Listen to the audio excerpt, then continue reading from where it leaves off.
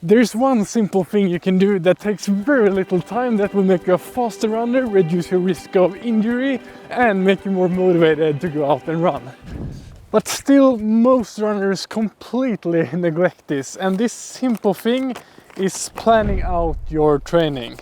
And in this video I will show you in 5 steps how you can do this in a really good way yourself. So before we get into how to plan your training, let's make it really clear why you should do it in the first place. And what I'm going through right now is a good example of it. Because to be honest, right now I'm not super motivated to go running. And one thing that makes it a lot easier is that I can just check my training plan over here and see what I have planned to do today. And this makes the whole thinking process of what should I do and so on just removed and makes it easier to get out there. So let's check. Treadmill session, it is.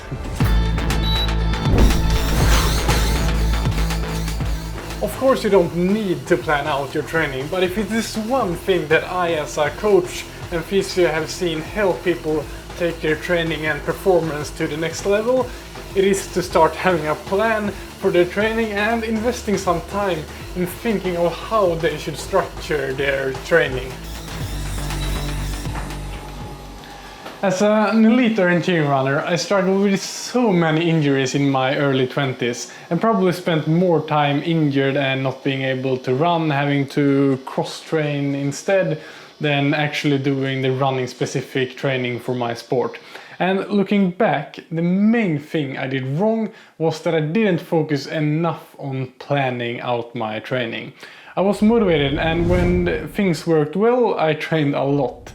But without a good structure and a sensible progression over time, I way too often did too much too soon, just putting me back in my progress. Also, just the fact that you have a plan for that week or that day or that single session and know what you're supposed to do makes it so much easier to get your training done. Just like this session that I just did here. So in times where you need motivation, a solid plan can be your best friend. But before you start actually planning out your training, you need to have 3 very important things in mind. First of all, it's so important that you take some time to figure out why you run and train and what your goals are, because your goals are the main thing that will guide you in your training planning.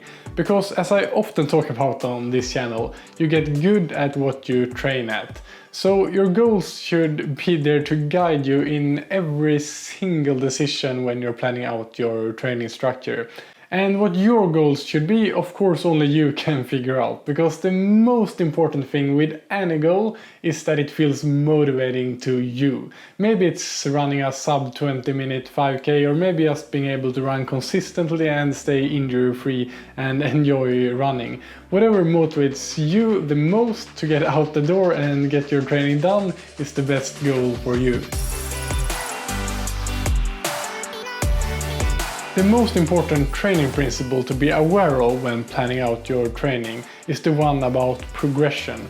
Your body is great at adapting and handling training load and getting stronger and better at whatever you do, as long as you have a slow and steady progression and don't rush things. How much you can increase your training week by week or month by month is for sure no exact science. It is different for all of us, and it will depend a lot on what you have done in the past. But a good rule of thumb is to at least never increase your load more than 10% week to week.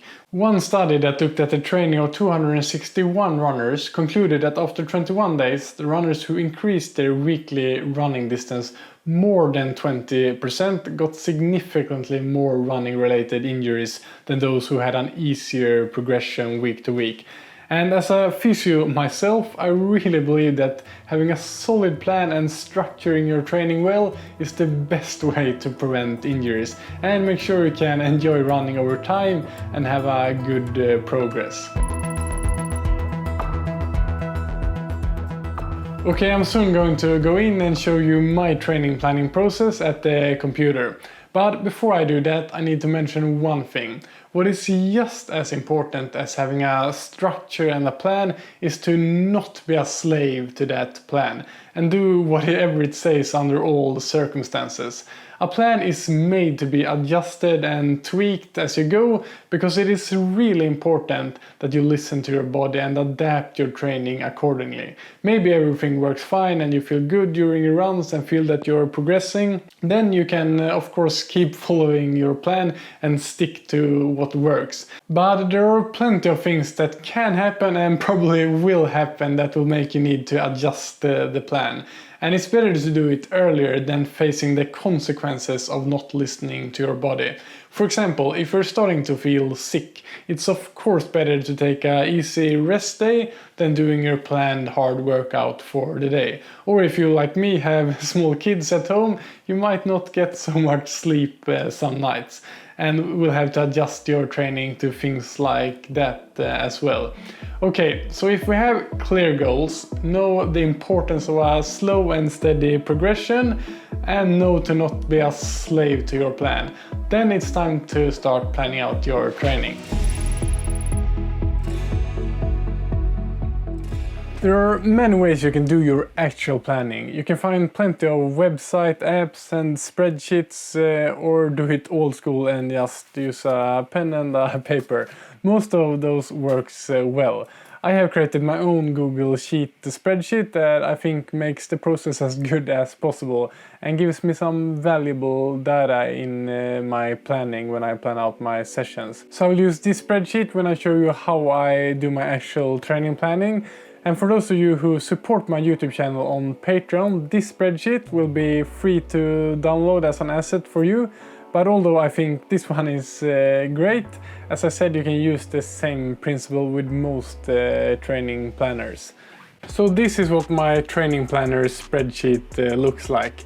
In this column I have written down my goals for 2024 and what my main focus needs to be able to reach those specific goals. Always write down your goals somewhere. It makes it feel more real in a way and brings you one step closer to actually achieving your goals. But as the saying goes, a goal without a plan is just a dream, so let's plan a bit. And here in this column I get an overview over the whole year, where I can start putting in the races I plan to run and other main happenings to get a good overview over the different months. But over here in this column is the main training planner, where I basically plan out all of my training sessions. So what I usually do is that I plan out 1 month at a time. I found this to be the sweet spot, because if you plan less than that, it feels more like a chore when you have to do it so frequently.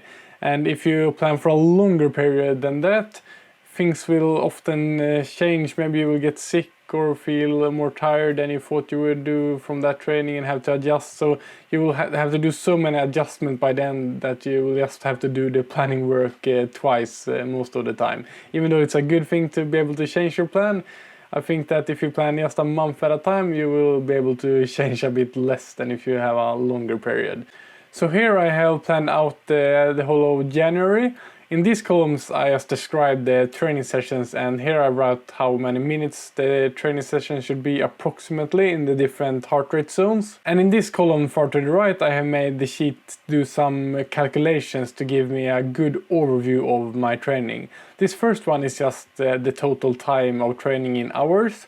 This second one I call training impulse, and it is basically a value of how hard that training day will be, taking into account how much time I will spend in the different heart rate zones. And this next value I call training stress balance, and it looks at the previous days of training impulse and is a calculation of approximately how tired your body will be after that day.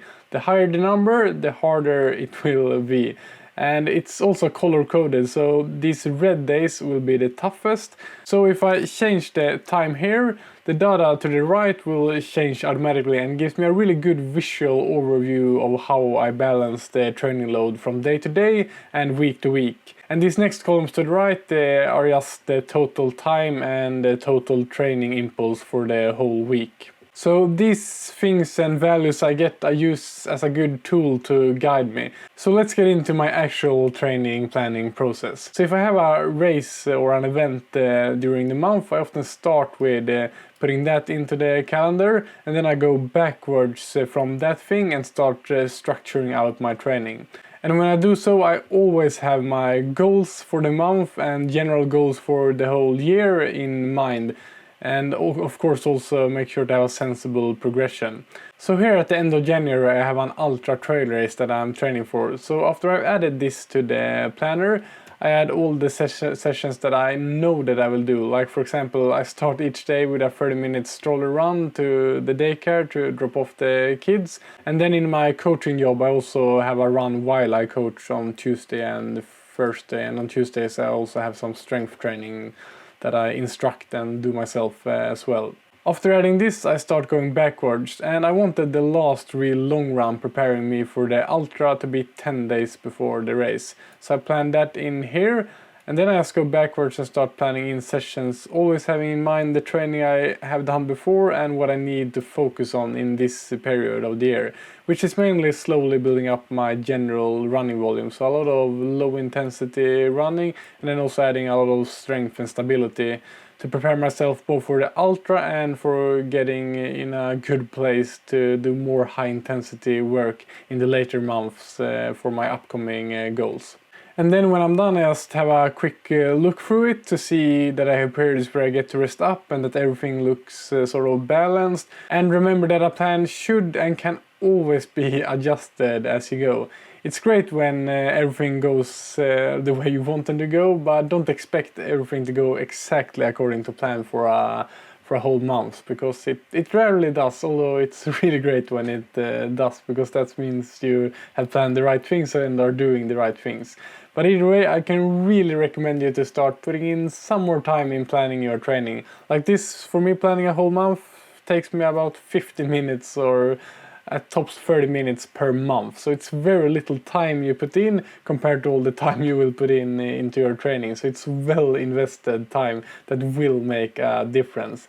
And if you want to use my spreadsheet that I have created to plan your own training, you can become a Patreon member and also support this YouTube channel. To check that out, you can click this link here. Thanks for watching, train smart, have fun, and I will see you in the next video.